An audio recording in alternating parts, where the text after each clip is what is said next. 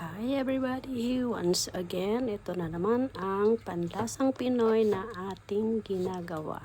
So ito ay tawag na tambong-dambong sa Ilocano and bilo-bilo sa Tagalog naman. So ito, may ginataan na tayo dito na pang merienda. Let's eat guys!